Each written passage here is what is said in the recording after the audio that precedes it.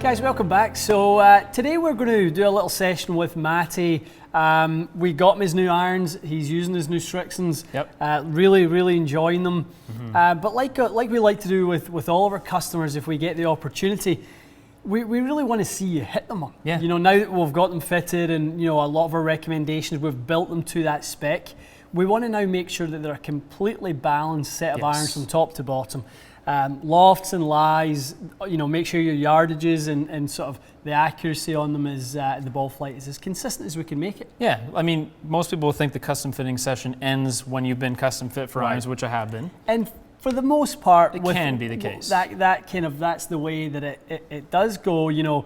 The road show that is demo day season, and the club, all the manufacturers come to your club and they'll set up at a multi-vendor day and you'll go and try some stuff, you might place an order. It's probably the last time you'll go through that process with that person. Sure. One of the sort of additional sort of value adds to a TXG is we're not a traveling roadshow, we're here all the time, and whether you're hitting your clubs great and you just want to check them, come in and check your loft and lies because where you had them, they may have moved if they're forged. Or you might not be seeing, so in the testing that we saw, you might see, okay, I'm loving my long and mid irons, but the short irons are flying a bit left, or something. So we want to make sure that throughout the set you're getting the performance that you're looking for. Gotcha. You've been playing good with your new irons. Yeah, been hitting them pretty well. You've been enjoying them. Yep. We have been discussing lie angle a little bit today, which is where we were thinking about, okay, let's do what we would do with a customer. And let's run through the bag and do a check. And I think that's great for you guys because you'll see the process, and we can we can give you a first-hand look at exactly what it is that we do in these scenarios, the value of going through the clubs from top to bottom. Absolutely. Excellent. Looking forward to it. Right, so we're going to start with your wedges. Okay. We're going to hit a bunch with those, make sure we've got the right spacing and progression, obviously the right lie angles. Then we're going to work all the way through to your longest iron for you, which is the driving iron. The 4. Oh, up to the driving iron. We'll do the driving iron as well. So we'll do up to 4, and then we'll hit the driving iron, your new addition, which you're loving. I'm really liking that club a lot. Yeah, you're saying that might be the new favourite club in the bag. I think it is. It feels so good, and it's been good for kind of long, really long par 5s, obviously. I've been able to go for the green with them. Yeah. It's a good tee club on a short par 4. It's nice. You had a little sort of, inkling that you wanted to maybe hit it a few yards further. And maybe just a bit lower. So these are the things that we can tweak in a session like this. We have our Mitchell loft and lie machine there. We can certainly get into that and get them even more dialed in. It's great having a custom fit session, getting the right loft and length and lie and grip and head design, all that sort of stuff.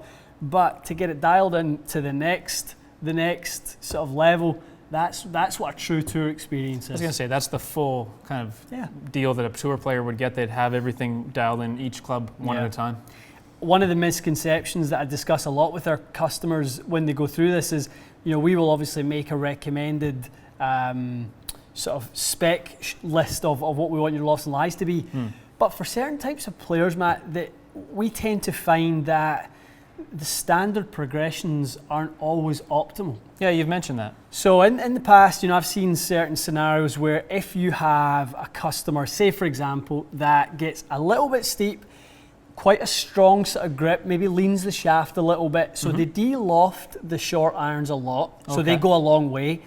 Then it gets to the point with the long irons that they're still de-lofting them, but because you don't have much loft to start with, they actually don't flight them properly. Right. So the kind of 4 and the 5 will go the similar distance. I'm sure there's probably a lot of people watching this right now going, "Hey, I do that." That's me, right? That's me. I don't have separation between my 4 and 5, so I don't even use the 4. Interesting. That's a scenario where this type of thing is invaluable to go through that process and making sure every club has its job, make sure they're spaced out appropriately. Awesome. Yeah, I can't wait to do it. Excellent. Right, so let's start with your wedges and we'll run right through the bag. Sounds good. Cool.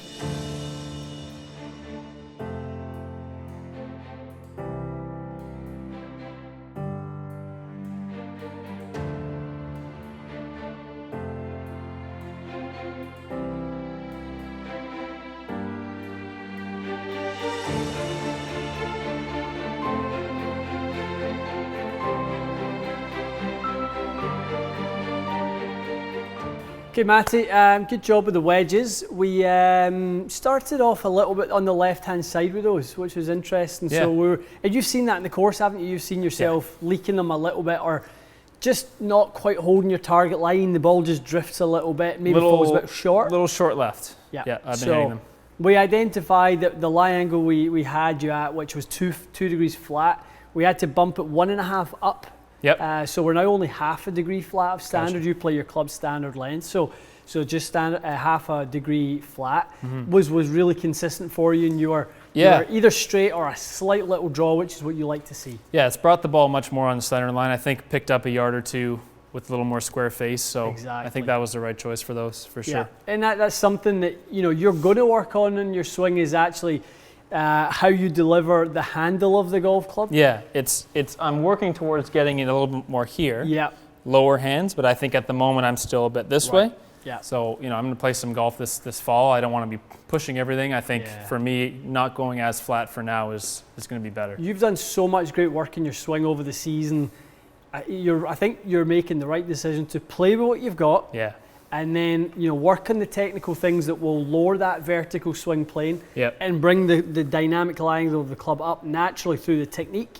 Then we might be able to flatten it back down, come the springtime. Right. But working those technical things, I'm working on something very similar myself. Yeah. Always been a bit of a handle lifter, so always drop the toe down too much and compensate, by going, too flat, because I'll turn it over. So I think that's a nice addition to your wedge game for now that will allow your scoring clubs to be a little more accurate. Agreed, yeah, definitely. Okay, good man. So we'll move into the let's iron move set. into the wedges.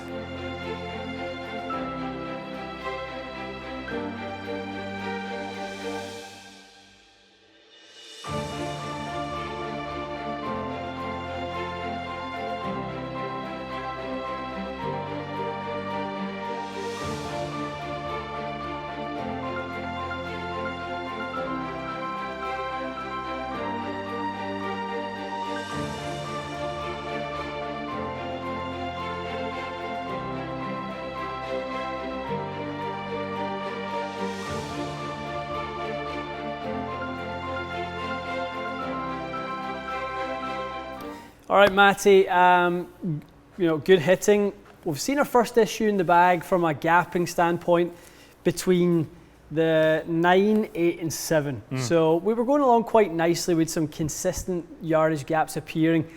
We saw the 8 go a long, long way. You don't normally carry an 8 as much as 170. You can get 170 out of it, but it's not a 170 club for you, is it? That's me getting one. Yeah, I'm definitely trying to get after one, yeah. So like a stock one's probably more like what, 166? Yeah. That's what I would see as your number, about 166, and that's what this would represent as well. Between a 152 9 iron, a 166 8 iron, that would lead to a 180 7 iron.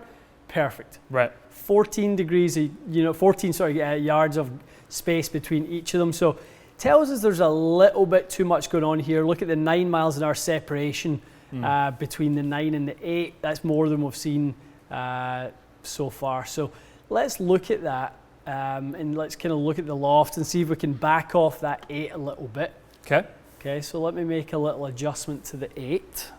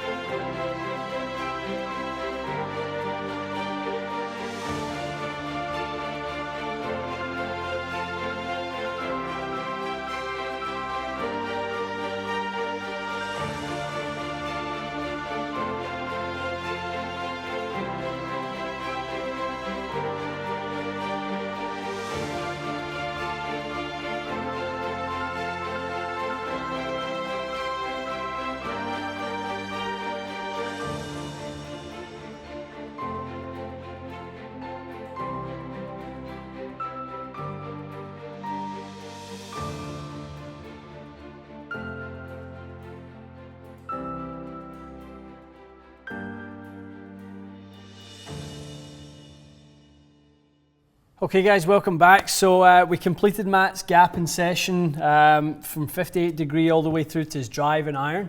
Your irons were pretty solid. They were decent. There wasn't too much adjustments to be made, but there was a couple of nice subtle ones that just made them a little bit more of a balanced set. Yeah, there was a few things that I think I've noticed playing golf over the past few weeks that came up in the data, and then we made a couple, both lie and loft adjustments, starting with the wedges. So after hitting a few, you recommended right away that those are probably too flat. Just for everything was going a little bit too short and left. Yeah. Strikes were a hair in the toe, so we wanted just to nudge that lie angle up a little bit and shift everything back towards the centre and keep your dispersion on line. And is that common to have your wedges slightly more upright than the rest of your set? Almost the other way a little bit. So more often than not, your wedges are flatter? Interesting. Yeah, so think about like, you know, when we talk about getting into sort of pelvic extension and being, you know, a bit of a lifter of the handle, the more you demand of your swing dynamically, the more that's going to happen.